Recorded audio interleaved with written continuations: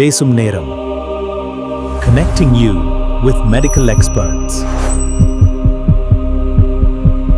நம்ம கண்ணு தான் நம்ம பாடியில் இருக்க மிக முக்கியமான ஒரு பார்ட். அதனால கண்ணை பற்றி நம்ம கிட்ட தெளிவாக எக்ஸ்பிளைன் பண்ண வந்திருக்காங்க doctor Ragini ma'am. Welcome ma'am. கண்ணு தான் நம்ம பாடியிலே இருக்கிற ஒரு மெயின் பார்ட். அது நிறைய பேர் இப்போ ஒழுங்காக பார்த்துக்காம நிறைய டிசீஸ் வருது, நிறையா ப்ராப்ளம்ஸ் வருது. இந்த மாதிரி நீங்கள் எதை மெயின் ப்ராப்ளம் அப்படின்னு நினைக்கிறீங்க? ஃபஸ்ட்டு நம்ம குழந்தைங்கலேருந்து ஆரம்பிப்போம். குழந்தைங்களுக்கு மெயினாக பார்த்தீங்கன்னா ரிஃப்ராக்டிவ் வேறு கண்ணாடி போடுற பிரச்சனை. அதுவே நிறையா குழந்தைங்க பார்க்காம சரி பண்ணாமல் அது மார்க்கனோசிஸாக மாறுது. செகண்டு கிளக்கோமா, அதுதான் அடுத்த அடல்ட்ஸ்க்கான பெரிய டிசீஸ். அது ப்ரெஷர் அதிகமாகி கண்ணு நிறையா போகுது. ஸோ நம்ம கிளக்கோமா வருஷம் ஒரு தடவை செக் பண்ணிக்கணும். அடுத்தது கேட்ராக்ட், ஒரு 40 வயசுக்கு அப்புறம் வருஷம் ஒரு தடவை செக் பண்ணிக்கலாம். போக போக லென்ஸ் சேஞ்ச் இருக்கா அதுக்கேற்ற மாதிரி ட்ரீட்மெண்ட் பண்ணிக்கலாம். டயபெட்டிக், இப்போ இருக்க எல்லாத்துக்குமே மோஸ்ட்லி 30 இயர்ஸ் 40 இயர்ஸ் தானாவே டயபெட்டிக் வருது. ஸோ என்னென்ன டயபெட்டிக் ரிலேட்டட் ஐ ப்ராப்ளம்லாம் நிறைய வருது. அதனால கேட்ராக்ட் வருது, அதனால கண் வெள்ளித்திர ப்ராப்ளம் வருது. அதெல்லாம் நம்ம சரி பண்ணாவே இந்த மெயின் காசஸ் நம்ம எடிட் பண்ணிடலாம். இப்போ லென்ஸ் யூஸ் பண்ணுறதுனால நிறைய பேருக்கு கண் எரியுது, கண் செவந்து போகுது. இது எதனால் நடக்குது? லென்ஸ் நம்ம யூஸ் பண்ணுறது பிரச்சனை இல்லை, ஆனால் லென்ஸ் நம்ம ப்ராப்பராக யூஸ் பண்ணணும். இப்போ சொல்யூஷன் போட்டுறோம், சொல்யூஷன் கரெக்டாக யூஸ் பண்ணணும். 6 hours தான் போடணும் அந்த லென்ஸ் அப்படின்னு இருக்கப்ப நம்ம 6 hours தான் போடணும். நம்ம அதை தூக்கி 12 hours போட்டுட்டு கண் எரியுதுன்னா ஒன்றும் பண்ண முடியாது. அடுத்தது அந்த கண்ணில் ஏதாச்சும் இன்ஃபெக்ஷன் இருந்துச்சுன்னா நம்ம கான்டாக்ட் லென்ஸ் போடக்கூடாது. அந்த இதை சரி பண்ணிவிட்டு அடுத்த கான்டாக்ட் லென்ஸ் யூஸ் பண்ணிக்கலாம். ஸோ இப்போ இன்ஃபெக்ஷன் சொன்னீங்கல்ல மேம், அதை எப்படி சரி பண்ணுறது? ஃபஸ்ட்டு நம்ம எதாக இருந்தாலும் நம்ம செல்ஃப் மெடிகேஷன் பண்ணவே கூடாது. நம்ம டாக்டர்கிட்ட போகணும். அவங்க கொடுக்குற ட்ராப்ஸை நம்ம யூஸ் பண்ணி அவங்க போடலான்னு எப்போ சஜஸ்ட் பண்ணுறாங்களோ அப்போ நம்ம ட்ராப்ஸ் போட்டுட்டு நம்ம கான்டாக்ட் லென்ஸ் யூஸ் பண்ணிக்கலாம். இப்போ லேசர் ட்ரீட்மெண்ட்டுன்னு சொன்னால் அப்போது அந்த காலத்தில் நிறைய பேர் பயந்துட்டு இருந்தாங்க, இப்போது நிறைய பேர் பயப்படுறாங்க. சேஃபாக அதுக்கு என்னென்ன டெஸ்ட்லாம் எடுப்பாங்க? முன்னாடி லேசர் ட்ரீட்மெண்ட் கொஞ்சம் பயப்படுற மாதிரி இருந்துச்சு. ஏன்னா நம்ம அதை கருவிலியை கட் பண்ணிவிட்டு நம்ம லேசர் கொடுத்து திரும்ப கருவிலியை அதில் ஒட்ட வைப்போம். அப்போ என்ன ஆகும்னா பின்னாடி காம்ப்ளிகேஷனில் அந்த கருவிலி அங்கேருந்து கொஞ்சம் நகரத்துக்கான வாய்ப்பு இருக்குது. ஸோ இப்போ வர லேசிக் அட்வான்ஸ் ட்ரீட்மெண்ட் ஸ்மைல் அதிலெல்லாம் நம்ம கருவிலியை டச் பண்ணுறதே இல்லை. நேராக லேசர் அடிக்கிறோம், உள்ளுக்குள்ளே போய் ஒரு லேயர் ரிமூவ் பண்ணிட்டு வந்துடும். ஸோ அப்போ இது ரொம்ப சேஃப், ஒன்றும் பிரச்சனை இல்லை. இந்த லேசர் ட்ரீட்மெண்ட்டுக்கு என்னென்ன டெஸ்ட் எடுப்பாங்க? இப்போ லேசர் ட்ரீட்மெண்ட் போனீங்கன்னா ஃபர்ஸ்ட் நம்ம மெயினாக அந்த கருவிலியை தான் பார்க்க போகிறோம். கருவிலியோட திக்னஸ் எவ்வளோ இருக்குது, நம்மளோட உள்ளுக்குள்ளார இருக்கிற டியர் ட்ராப்ஸ் லெவல், அதை கண்ணுக்குள்ளார ஒரு தண்ணி அளவு இருக்கும், அந்த அளவு எவ்வளோ இருக்குது, இதெல்லாம் நம்ம பேசிக்காக டெஸ்ட் பண்ணிட்டு தான் நம்ம அடுத்ததை அந்த ஸ்மைலோ எந்த ப்ரொசீஜருக்கோ நம்ம ப்ரொசீட் பண்ணுவோம். இப்போ லேசர் ட்ரீட்மெண்ட்டுக்கு அப்புறம் என்னென்ன பண்ணலாம், என்னென்ன பண்ணக்கூடாது? லேசர் ட்ரீட்மெண்ட்டுக்கு அப்புறம் அவங்களே ஒரு ட்ராப்ஸ் கொடுப்பாங்க. ஒரு 2 months கண்டினியூஸாக மேபி கொஞ்சம் பேத்துக்கு ட்ரைனஸ் வரலாம். ஏன்னா கருவிலை நம்ம டச் பண்ணுறதுனால இப்போ இருக்கிற அட்வான்ஸ் டெக்னிக்லாம் அதுவுமே வரதில்லை. கொடுக்குற ட்ராப்ஸை நீங்கள் கண்டினியூவாக போடணும். கண்ணை ரொம்ப தேய்க்கக்கூடாது. கருவிலி நம்ம ஆப்ரேஷன் பண்ணியிருக்கனால அது மைனர் ஆப்ரேஷனோ பிக் ஆப்ரேஷனோ கண்ணை சேஃபாக வச்சுக்கணும். எந்த குப்பையும் படாமல் வெளியில் போனால் கொஞ்சம் ஸ்பெக்டக்கல்ஸ் யூஸ் பண்ணி நம்ம சேஃபர் சைடுக்காக வச்சுக்கிட்டா போதும். Okay ma'am. இப்போ லேசர் ட்ரீட்மெண்ட் பண்ணுறதால ஏதாவது சைடு எஃபெக்ட்ஸ் வருமா?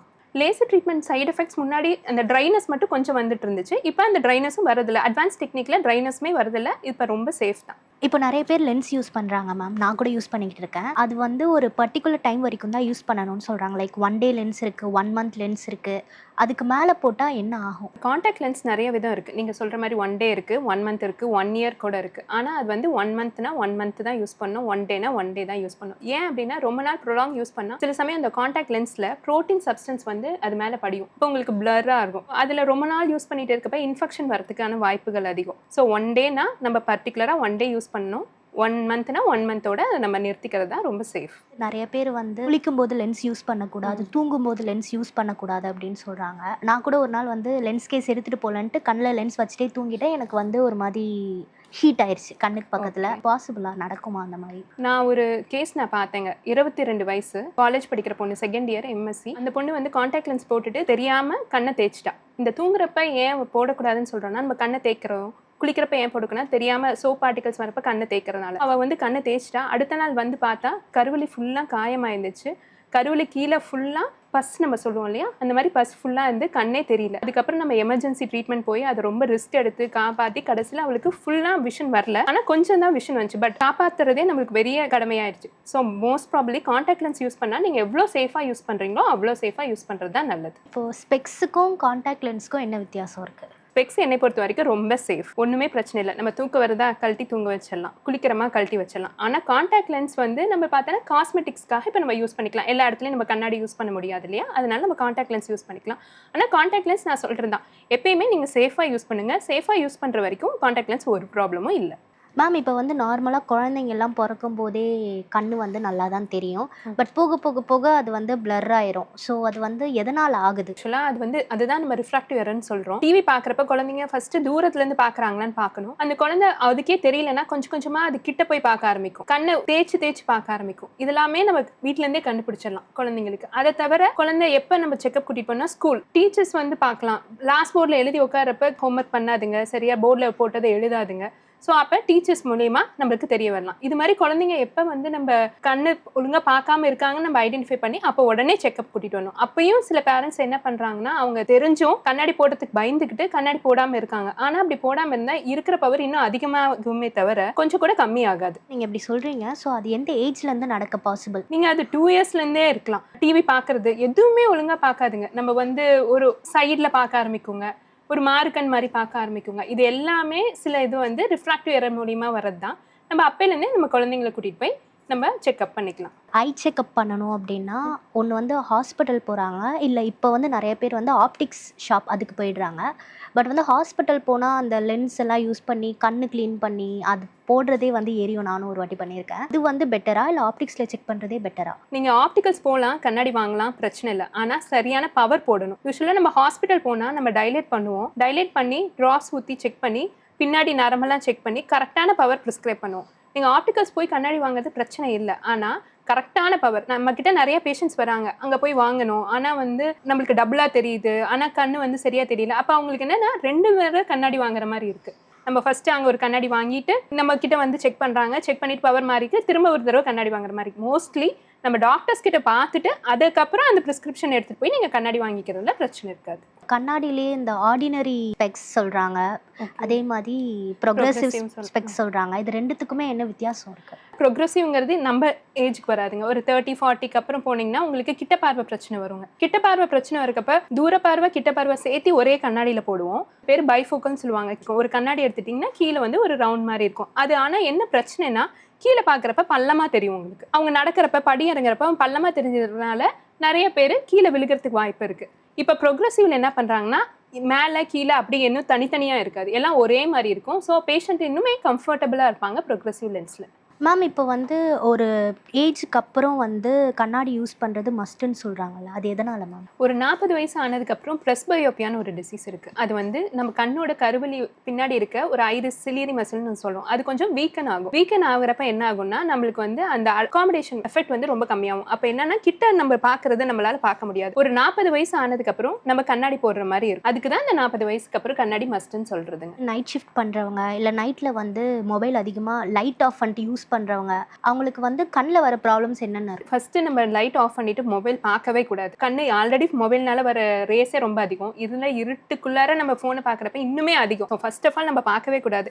இனிமேல் நீங்கள் உங்களுக்கு அந்த கிளக்கோமான்னு சொல்லுவோம், அந்த கண் ரிலேட்டட் ப்ரெஷரு, அது ஆல்ரெடி உங்களுக்கு ப்ரீ டிஸ்போசிங்காக இருந்துச்சுன்னா நீங்கள் லைட் ஆஃப் பண்ணிட்டு பார்த்தா திடீர்னு உங்களுக்கு அந்த பியூப்பிள்னு ஒன்று சொல்லுவாங்க, தமிழில் நம்ம பாப்பான்னு சொல்லுவோம், அது வந்து பாதியில் விரிவடைஞ்சு உங்களுக்கு கிளக்கோமா ஆன் த ஸ்பாட் வந்து பெயின் எடுக்கிறதுக்கும் வாய்ப்பு இருக்குது. ஏற்கனவே ப்ரீ டிஸ்போசிங்காக அவங்களுக்கு இருந்துச்சுன்னா லைட்டை போட்டுட்டு ஃபோன் பார்க்கறது தான் ரொம்ப பெட்டர். இப்போ கண்ணில் பூ விழுந்துருச்சுன்னு சொல்கிறாங்கல்ல மேம், அது எதனால் நடக்குது? கண்ணில் பூ விழுந்துச்சுங்கிறது வேற எதுவும் இல்லை, கேட்ராக்ட் தான். அது கொஞ்சம் கொஞ்சமாக வந்திருக்கும், அவங்க திரும்ப பார்க்காம விட்டுருப்பாங்க, அது முத்தி போய் வெள்ளை கலர் ஆயிருக்கும். அது பேர் தான் மெச்சூர் கேட்ராக்ட். நம்ம கேட்ராக்ட் ஆப்ரேஷன் பண்ணி தான் நம்ம அதை சரி பண்ணணும். இப்போது நம்ம உடம்புக்கு எதனா ஒரு டிசீஸ் இல்லை இன்ஃபெக்ஷன் வந்தால் அது கண்ணை அஃபெக்ட் பண்ணுமா? நிறைய டிசீஸ் நம்மளது அஃபெக்ட் பண்ணும். லைக் டயபெட்டிஸ், ஹைப்பர் டென்ஷன், நிறைய அனிமியா எல்லாமே அஃபெக்ட் பண்ணும். ஆனால் மெயினாக இப்போ நம்ம ஃப்ரீக்வெண்ட்டாக ஒரு பேஷண்ட் பார்க்குறோன்னா அதில் முக்கால்வாசி டயபெட்டிஸ், ஹைப்பர் டென்ஷன் தான் இருக்குது. அவங்க டயபெட்டிஸும் ஒழுங்காக ட்ரீட் பண்ணுறது இல்லை. சுகர் பார்த்தா 500 இருக்குது, 600 இருக்குது. சில பேருக்கு அது இருக்கிறதே தெரியல. இப்போ முன்னாடியெல்லாம் ஒரு 60க்கு மேலே தான் நம்மளுக்கு டயபெட்டிஸ் இருந்துச்சு. இப்போல்லாம் வந்தாங்கன்னா 34,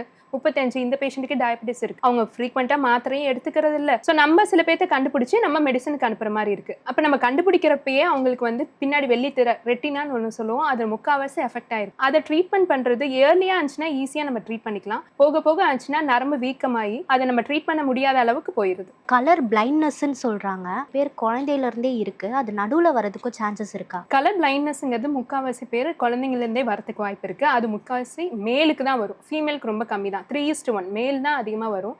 அவங்களுக்கு வந்திருக்கிறதுக்கு எல்லா கலரும் அவங்களுக்கு பாதிக்காது. இந்த ரெட் கிரீன் இப்போ இந்த ரெட் கிரீன் டிஃபெக்ட்னால என்ன பிரச்சனை அவங்களுக்கு நம்ம ஃப்ரீக்வெண்ட்டாக நம்ம ஹாஸ்பிட்டலில் பார்க்குறோன்னா, அவங்களுக்கு வந்து நம்ம டிரைவிங் லைசன்ஸ் கொடுக்க முடியாது. நிறைய பேர் வருவாங்க டிரைவிங் லைசன்ஸ் கொடுங்கன்னு சொல்லுவாங்க. பட் ரெட் கிரீன் லைட் இல்லாமல் அவங்களுக்கு நம்ம டிரைவிங் லைசன்ஸே கொடுக்க முடியாது. போக போக ஏதாச்சும் கண் அடிபட்டிருக்கு, நரம்பு வீக் ஆயிடுச்சுன்னா கலர் பிளைண்ட்னஸ் வரும். அதெல்லாம் கொஞ்சம் ரேர் தான். ஆனால் ஏர்லி வந்து கலர் பிளைண்ட்னஸ் இருக்கவங்க வந்து மேல் ஜெனட்டிக்ஸ்லேயே இருந்து அப்போ மோஸ்ட்லி எல்லா கலரும் அவங்களால பார்க்க முடியும்.